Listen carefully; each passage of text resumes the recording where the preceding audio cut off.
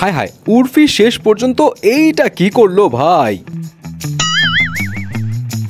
অন্যদিকে মাহিরা শর্মা পুরাই চিটপটাং, এদিকে দেশি গার্ল ভাইবে কৃতি সানন, বাট তার শাড়ির প্রাইস শুনলে আপনিও খাবেন শক। অন্যদিকে বারবি লুকে হাজির হয়েছিল খুশি কাপুর আর সানায়া কাপুর। সেলিব্রিটিদের মধ্যে আরও ছিল শিল্পা শেট্টি, নীতা আম্বানি, রেখা জি সহ আরও অনেকে। কার কেমন লুকস আর কে কি করলো সবই জানাচ্ছে গসিপসে। প্রথমে আসি মাহিরা শর্মার কাছে।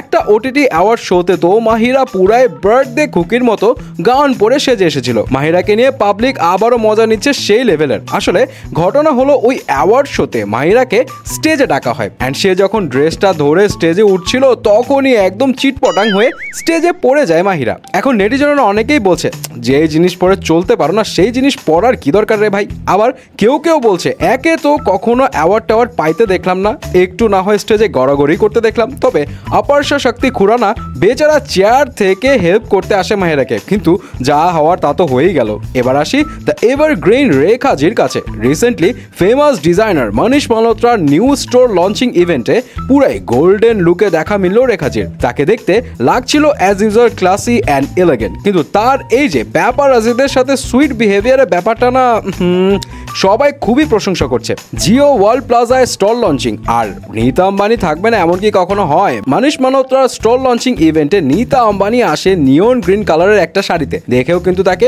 সুপার গর্জিয়াস লাগছে। অন্যদিকে 90s বিউটি শিল্পা শেট্টি তার দেশি গার্ল লুকের পর এবার হোয়াইট গাউনে হাজির হয়েছে ইভেন্টে। তাকে দেখতে বেশ স্টানিং লাগছিল। অনেকেই বলছে ভাই শিল্পা শেট্টির ফ্যাশন সেন্স পুরাই অন্য লেভেলের। এদিকে আবার মনীষ মালহোত্রার ইভেন্টে একেবারে হোয়াইট বারবি ডল সেজে পোজ দিতে দেখা যায় খুশি কাপুরকে, তবে পাবলিকরা মজা নিচ্ছে তার ওই হাতের মিনি ব্যাগ নিয়ে। কেউ কেউ তো বলছে এত ছোট ব্যাগ করে কি টাকা রাখা যায় নাকি? আবার কেউ কেউ বলছে শুধু পুতুল হয়ে ঘুরলে হবে না রে ভাই, অভিনয়টাও মন দিয়ে করতে হবে। ওই ইভেন্টে আরও এসেছিল কৃতি সানন পুরাই দেশি গার্ল ভাইবে অ্যান্ড মারুন শাড়ি পরে পুরাই উত্তাপ ছড়াচ্ছিল আর কি। আর উত্তাপ তো ছড়াবে, যে শাড়ি পরেছে সেটার প্রাইস ছিল প্রায় 3,65,000 রুপি। তবে কৃতি আপনি যা সুন্দর তাতে এত দামি শাড়ি না পরলেও চলতো।